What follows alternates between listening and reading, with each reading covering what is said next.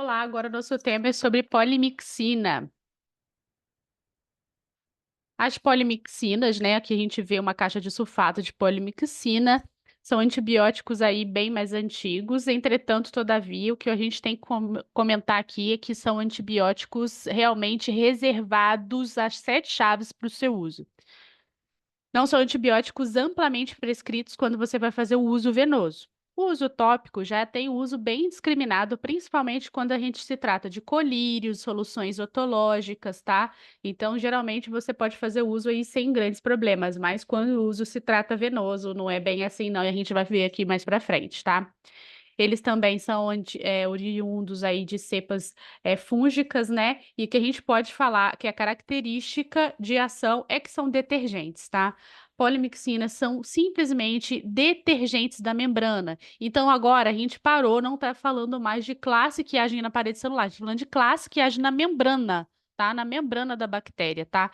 E se age na membrana da bactéria, entre gram-positivos e gram-negativas, qual que geralmente a gente tem dupla camada lipídica de membrana, né? É a gram-negativa. Então, polimixina é antibiótico que age em gram-negativa, ok?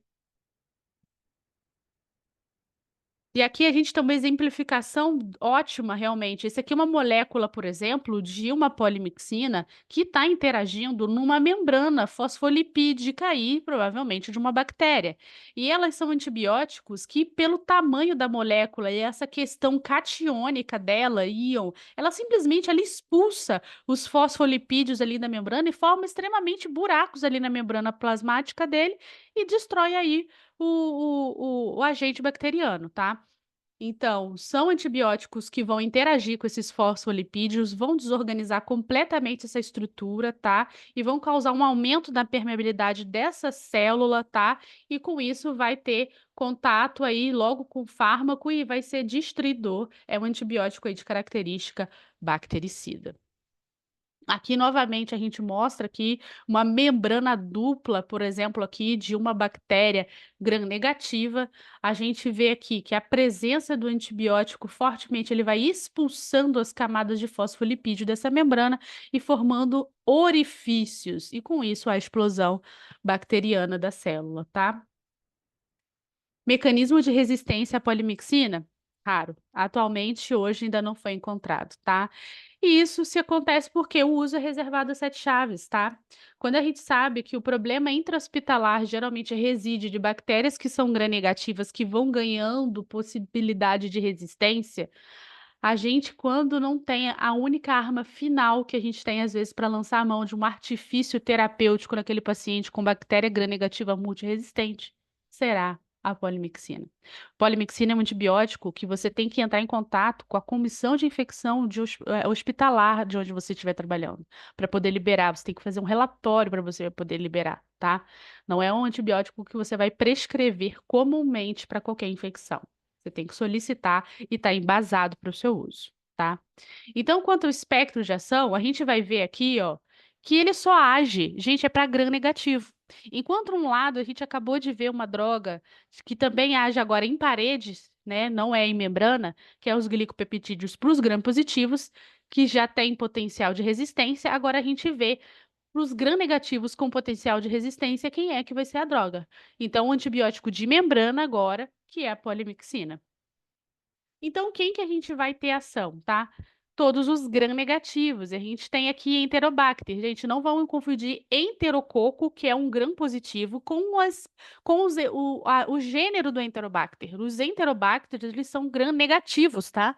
Então, fique com isso na nossa memória. Enterobacter gram-negativo, Escherichia coli, Klebsiella, Salmonella, Pasteurella, Bordetella, Shigella, destacando aqui a Pseudomonas e a Acinetobacter. Então, Enterobacter, Escherichia coli, Klebsiella, Pseudomonas e Acinetobacter são extremamente bactérias comuns produtoras de grande resistência em infecção hospitalar, tá? Então, às vezes, vai ser o foco nessas entidades aqui que a gente vai ter que fazer uso dessa medicação guardada aí as sete chaves. Quanto à farmacocinética, não tem polimixina para tomar em comprimido, tá? Você só vai fazer uso parenteral ou vai ser solução tópica, tá? Meia-vida dela é curta, a eliminação é também de certa forma, acontece de forma curta também, não atravessa aí a barreira meningia, então polimixina, se for gram-negativo, fazendo algum acometimento do sistema nervoso central, não adianta usar, porque não vai rolar, tá?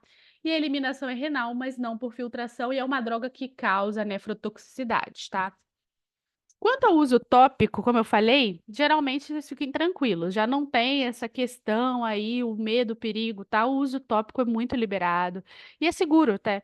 Geralmente você vai ter encontrar isso em colírios, afecções de pomadas, né? Para úlcera de córnea, infecção de pele, soluções otológicas para otite externa, e às vezes o urologista tem algumas soluções de irrigação de bexiga também com uso de polimixina, tá? Agora, quanto ao uso sistêmico, é por isso, é guardado as 7 chaves, o uso venoso de poli B, tá? Você vai usar para terapia de salvamento, é a última opção, tá? Nas infecções causadas por micro-organismos gram-negativos que já contêm multiresistência. Então, provavelmente já vai ser aquele micro-organismo que, no mínimo, ele já é uma KPC, tá? Então, já é um produtor ali de carbapenemase, tá? No mínimo.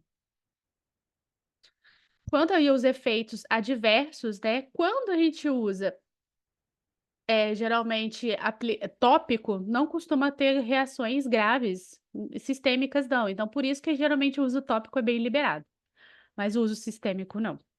Ele é nefrotóxico e também neurotóxico, e pode interferir na transmissão neuromuscular da placa motora ali, né? E com isso pode incluir fraqueza muscular, ou isso atingir musculatura do diafragma e musculatura respiratória, propiciando uma parada respiratória até a apneia do paciente, e pode levar também à parestesia, sensações de formigamento, dificuldade de fala com vertigem e fala arrastada, tá? Então, é uma medicação bem tóxica para sistema nervoso e também para o rim, tá? E por último, era somente isso, são poucas considerações aí da polimixina e que fique de regra, né, que o uso é muito pensado quando o uso é venoso, tá? Então, até breve, a gente se vê em breve.